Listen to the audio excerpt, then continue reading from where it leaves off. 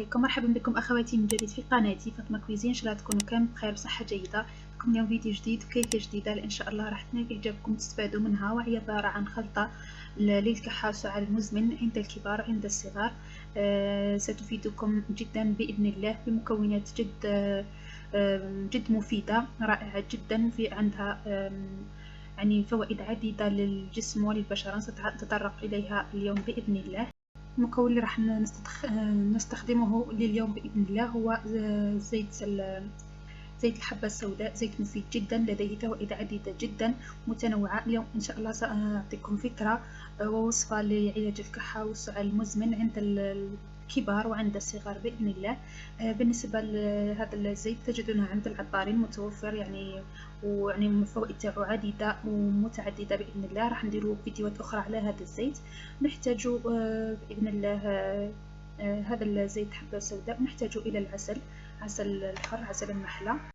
كيفية استخدام الخلطة: نحتاج إلى ملعقة صغيرة بهذا الحجم تشوفوا فيها. هذه بالنسبة للخلطة هذه تستعملوها للكبار. نأخذ نفس كمية زيت حبة سوداء ونفس كمية العسل الحر، ونخلطهم جيدا ويسخن قليلا في الميكروون أو في حمام مريم ليتجانس الخليط جيدا. ثم نتناول هذا للكبار، ثم يتناول حتى تناول 3 مرات في اليوم، غير مضر، مفيد جدا. إن شاء الله من أول استعمال تلاحظون النتيجة رائعة ومبهرة مفيدة جدا.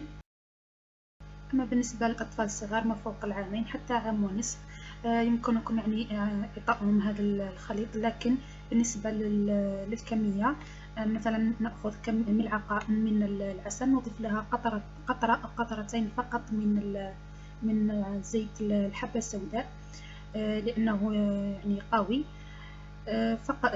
لكن بالنسبة للكبار كما قلت لكم نفس الكمية تاع الحبة السوداء ونفس كمية العسل الحر.